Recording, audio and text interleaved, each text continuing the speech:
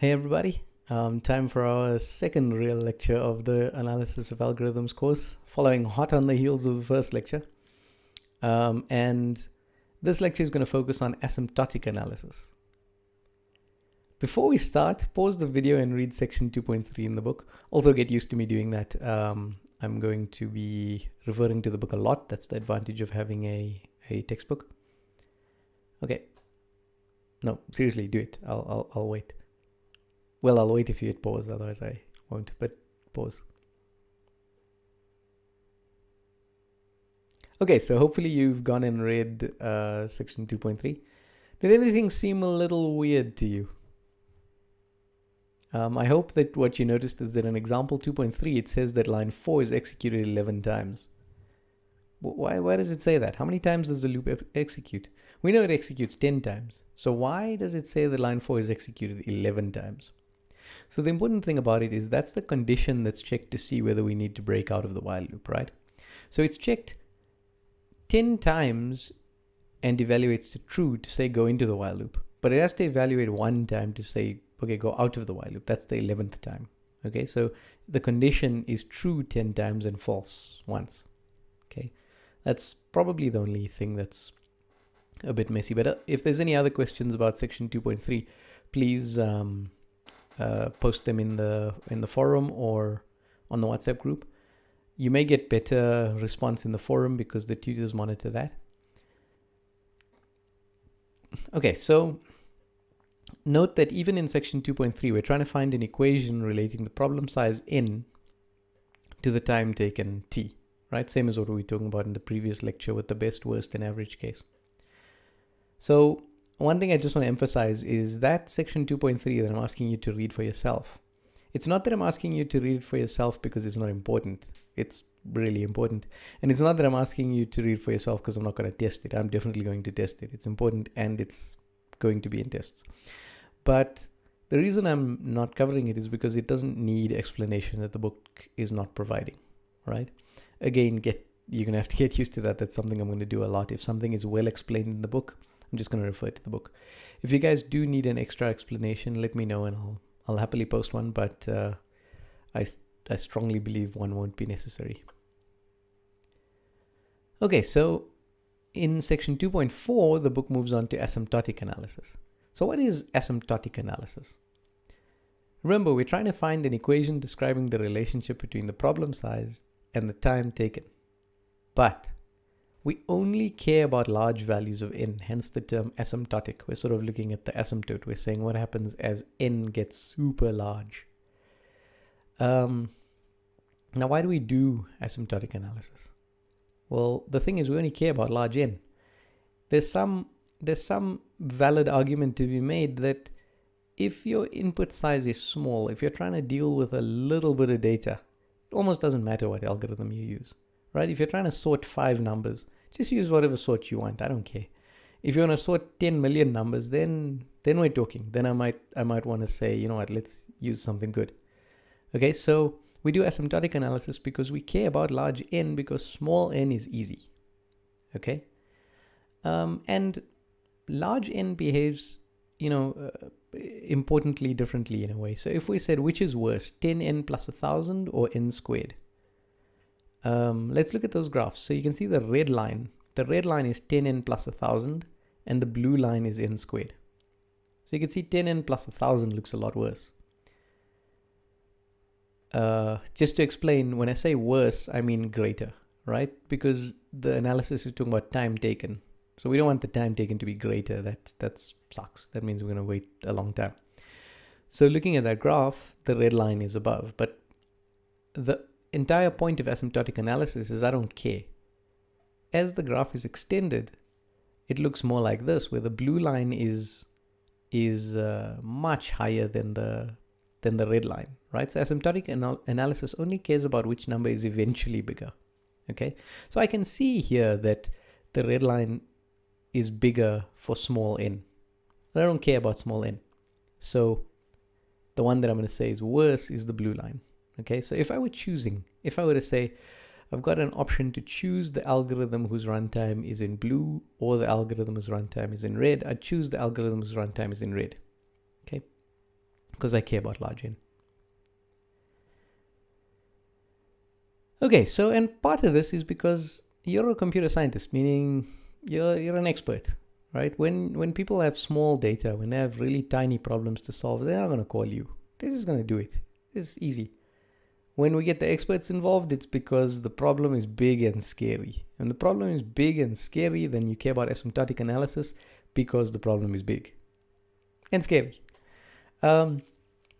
So what we want to do is we want to come up with some math that will let us represent this idea. The idea is that we don't care about small n. We only care about large n. So what we do is we come up with these complexity classes, which are groups of functions, and they're grouped in ways that make these functions equivalent if their performance for very large n is equivalent.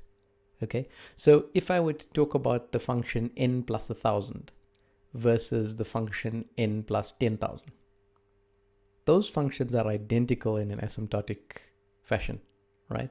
Because when n is like 7 trillion, then I don't care about that 10,000 or 100,000, whatever, it doesn't matter, all right? In a very similar way, if I'm talking about n or I'm talking about 2n, I just don't care. As the numbers get large, what I care about is the scale of the terms themselves, of n itself, okay? So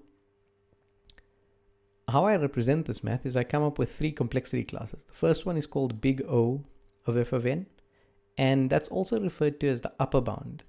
And what it represents is all functions that are no worse than f of n.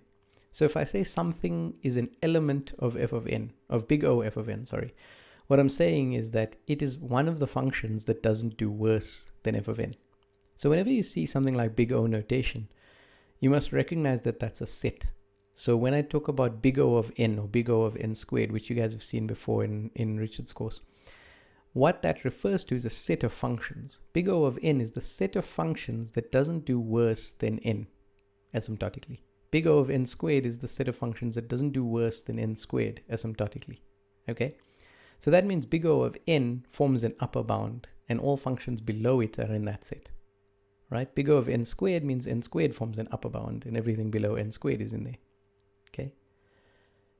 I similarly have the case of a lower bound, which is defined by omega f of n, and that says that all functions in this class are no better than f of n. Sorry, my son's awake, so I'm going to have to pause for a second.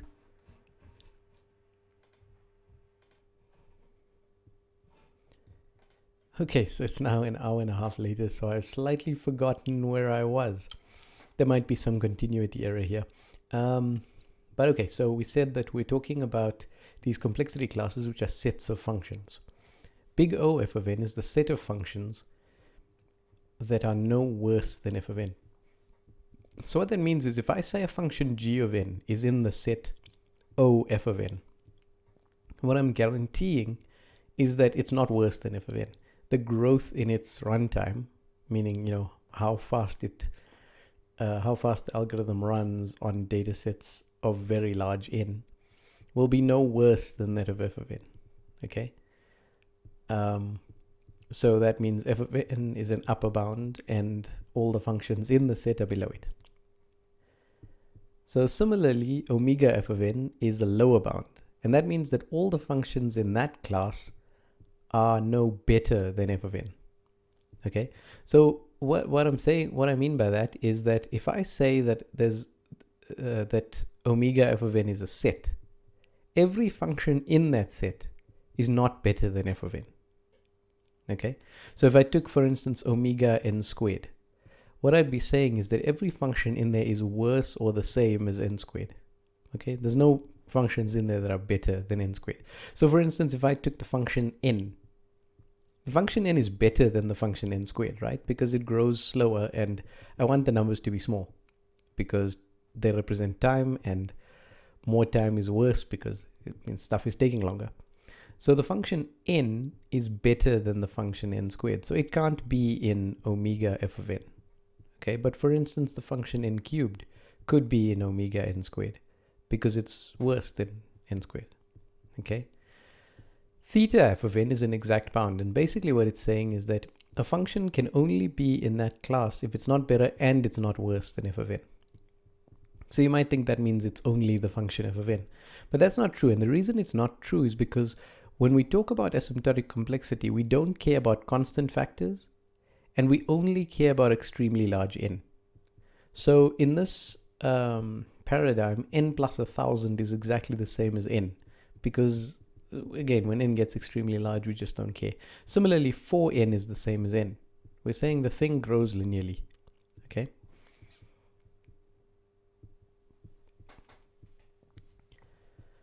Okay, so let's try and express this a bit mathematically, right? So we talked kind of informally about what it means to say g of n is an element of big O f of n. And what we said is that g of n isn't larger than f of n for large n, right? It's because f of n is an upper bound, so g of n is below it, okay? Now, we want to come up with some math that allow us to express that we don't care about large n and that we don't care about constant factors.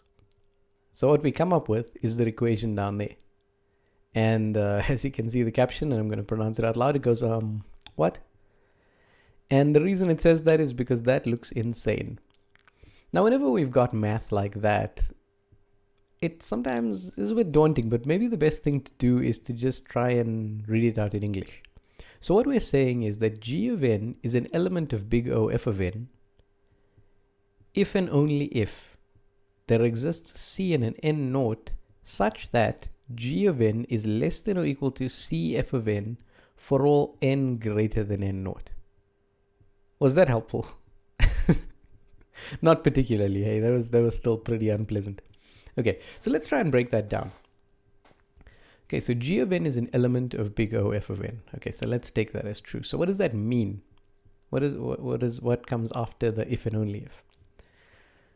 What it means is that there's some crossing point, some n naught, right? Some value for n, such that beyond that value, so for every n greater than n naught, g of n is less than or equal to c f of n.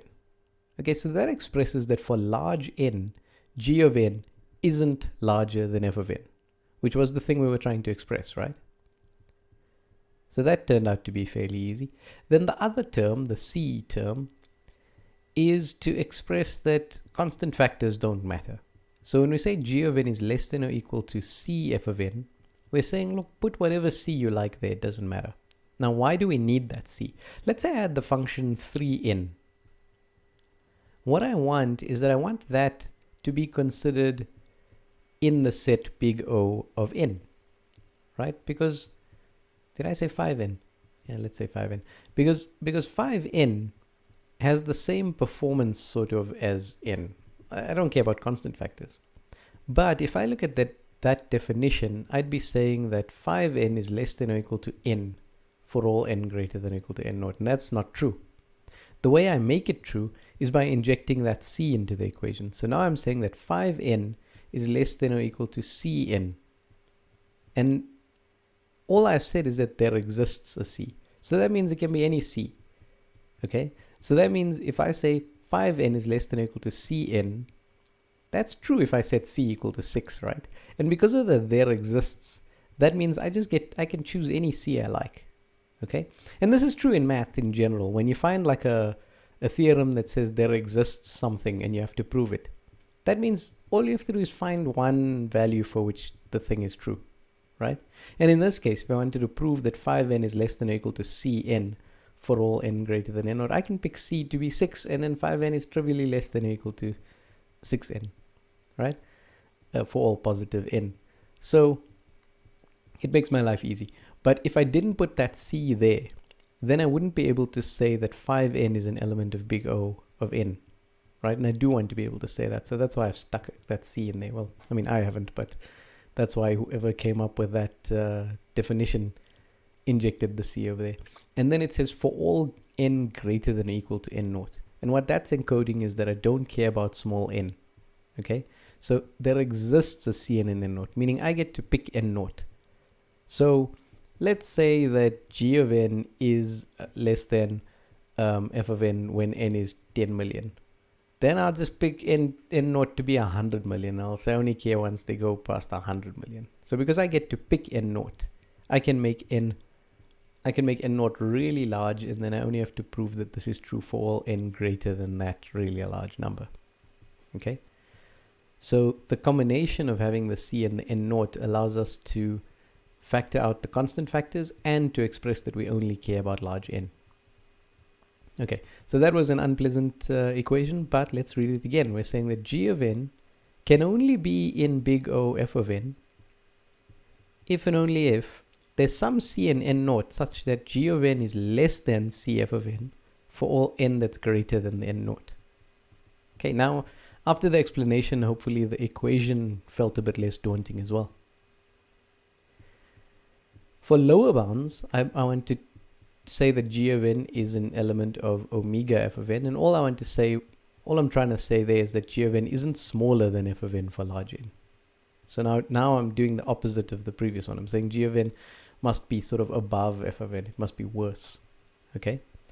And the equation says that relation says g of n is an element of omega f of n if and only if there exists a c and an n naught such that g of n is greater than equal to cf of n for all n greater than equal to n naught. So that's the same as the equation we had on the previous slide for big O, except we've changed the inequality. Instead of being less than equal to cf of n, it's now greater than equal to cf of n.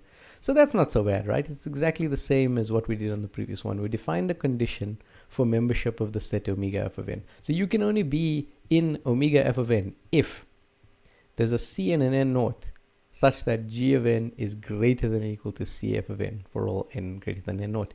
So same condition, we're saying we can choose a crossing point n naught, and after that crossing point, g of n will always be not smaller than f of n, ignoring constant factors, and the c allows us to ignore the constant factors. Okay. And then we get to theta f of n.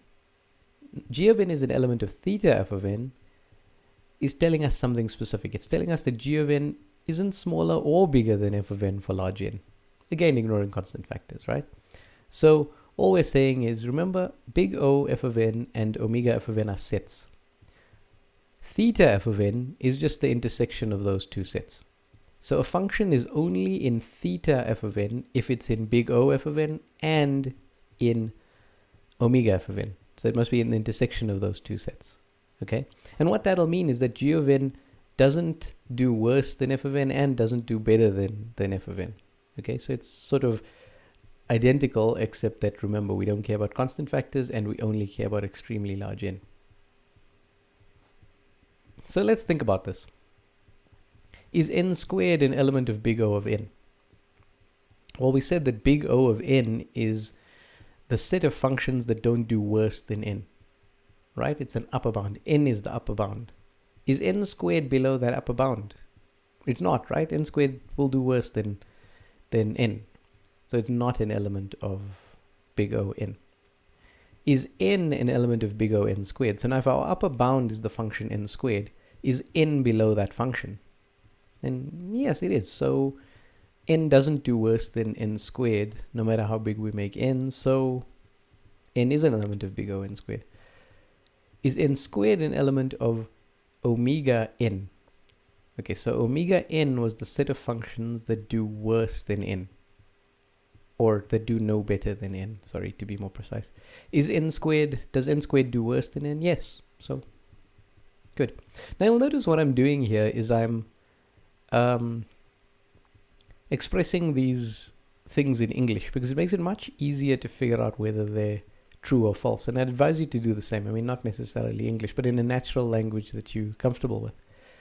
The next one says, is n squared plus 2n plus 3 an element of big O n squared? Well, this is an interesting one. So n squared is our upper bound. Is n squared plus 2n plus 3 greater than that upper bound of n squared? I mean, yes, it is. But remember that what our equation said was that it's in big O n squared if n squared plus 2n plus 3 is less than or equal to c times n squared. Okay, now n squared plus 2n plus 3 I can sort of immediately say is less than or equal to 6n squared, right? So if I pick c to be 6, then n squared plus 2n plus 3 is less than or equal to 6n squared, so that means it is an element of big O n squared. Okay, so this is an example of where, because of that constant factor term, it allows me to get rid of every term smaller than the dominant one. So n squared plus 2n plus 3, that 2n and that 3, I don't care about, because that c allows me to factor them out. Okay, to give you a bit of a longhand on that, I could say n squared plus 2n plus 3 will be less than or equal to n squared plus 2n squared plus 3n squared if n is greater than 1, right? Which means that n squared plus 2n plus 3 is less than or equal to 6n squared. Okay, and so it is an element of big O n squared. Is n squared plus 2n plus 3 an element of theta n squared? Yes, it is, because in the same way that I could choose my constant factors to make sure that n squared plus 2n plus 3 is greater than or equal to, is less than or equal to cn squared that I did above, I could do the same thing to show that it's greater than equal to cn squared by picking c to be 1, in which case n squared plus 2n plus 3 is always going to be greater than or equal to n squared, right?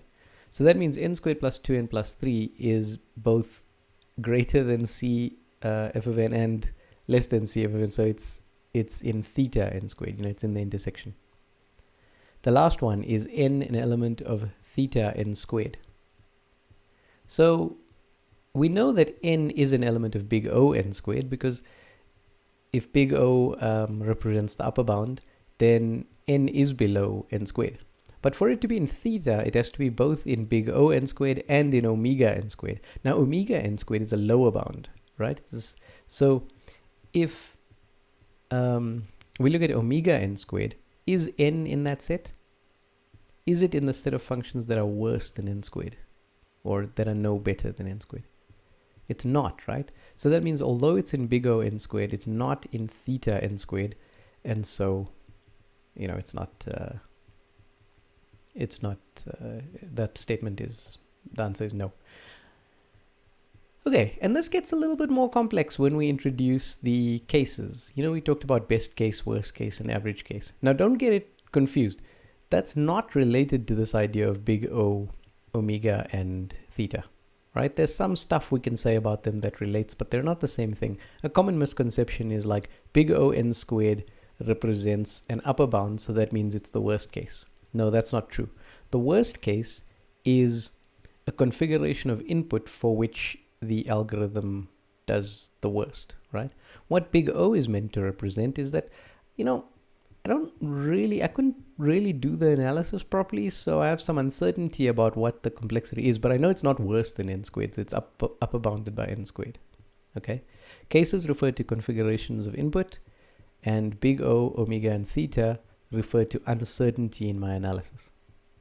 Okay, so this question says, if the best case complexity class is an element of big O n squared, is it possible for some cases of the algorithm to be an element of omega n cubed? Okay, so I think the word class is wrong there, but if the best case complexity is an element of big O n squared, is it possible for some cases of the algorithm to be an element of omega n cubed?